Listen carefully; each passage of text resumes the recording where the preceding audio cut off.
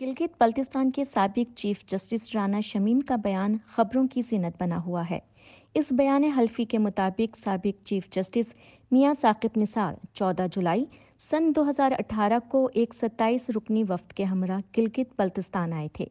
वो अपनी अहलिया के हमरा लॉन में बैठे थे और टेलीफोन पर हिदायत दे रहे थे।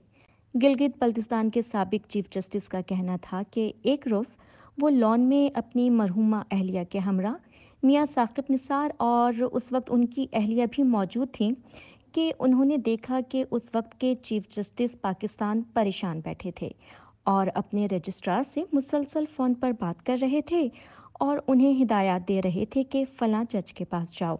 राना शमीम के बकौल पाकिस्तान के साबिक चीफ जस्टिस कह रहे थे कि उस जज से मेरी बात करवाओ और अगर बात ना हो सके तो हाई कोर्ट के उस जज को मेरा पैगाम दे दें कि सन 2018 में होने वाले आम इंतखाबात से कबल साबिक वज़ीर-ए-आज़म मियां मोहम्मद नवाज शरीफ और उनकी बेटी मरियम नवाज शरीफ को किसी भी कीमत पर जमानत पर रिहाई नहीं मिलनी चाहिए।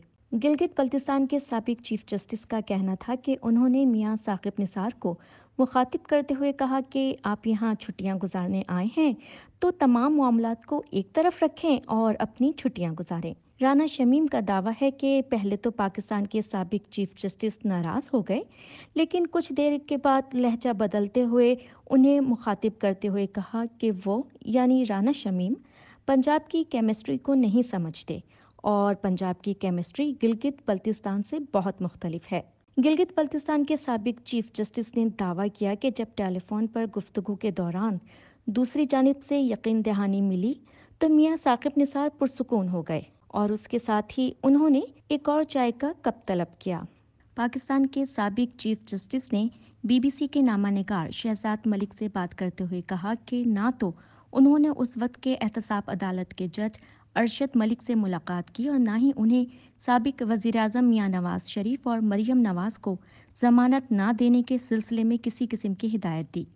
जस्टिस रिटायर्ड मियां साकिब निसार का मजीद कहना था कि जब वो खुद पाकिस्तान के चीफ जस्टिस थे तो उन्हें साबिक वज़ीर-ए-आज़म को जेल में रखने से मुतालिक किसी जज से मुलाकात करने या हिदायत देने की क्या ज़रूरत थी। मैं आपको एक वाकया सुना देता हूँ कि इनके खिलाफ बहुत सारे केसेस पेंडिंग थे सुप्रीम कोर्ट में कि ये बहुत आउट ऑफ ज्यूरिसडिक्शन जाके तो फैसले करते हैं और उसमें खास तौर पे जो पाकिस्तान के मामलात में उसमें मुदाखलत होती है। किसी एयरलाइन को भी कहा था इन्होंने कि जी आप वहाँ से अपना सर्विस शुरू करें। फिर इन्होंने यहाँ पे मेरे 5 या 8 पिटिशंस थी जो कि related to territory of Pakistan थी, गवर्नमेंट ऑफ पाकिस्तान थी। इन्होंने ऑर्डर कर दिए, मैंने वो ऑर्डर सस्पेंड कर दिए और ऑब्जर्वेशन कुछ होंगी उसमें कहीं विदाउट ज्यूरिसडिक्शन है। फिर मुझे कुछ नहीं पता।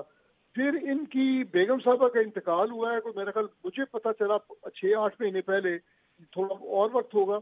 तो मैंने इनसे ताज़ियत की थी फोन पे, तो इन्होंने उसके बाद मुझे गिला किया जी कि आपकी उन सस्पेंशन ऑफ ऑर्डर्स की वजह से और आपकी ऑब्जर्वेशंस की वजह से मिनिस्ट्री ऑफ नॉर्दर्न अफेयर के पास मेरी समरी पड़ी थी for the purposes of extension as a जज ओवर देयर, जो पोस्ट में होल्ड कर रहा था उसी की।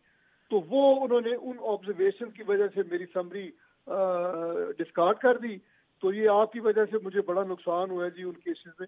मैंने उनको वजाहत दी कि भाई मेरा तो काम ही ये है कि मैं नीचे के ऑर्डर्स को देख के तो उनको विद इन ज्यूरिसडिक्शन या विदाउट ज्यूरिसडिक्शन कहूँ।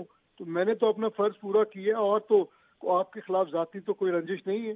दैट्स दी ओनली इनसे मेरी बात हुई है। उसके बाद ये आज की खबर आ गई खैर से।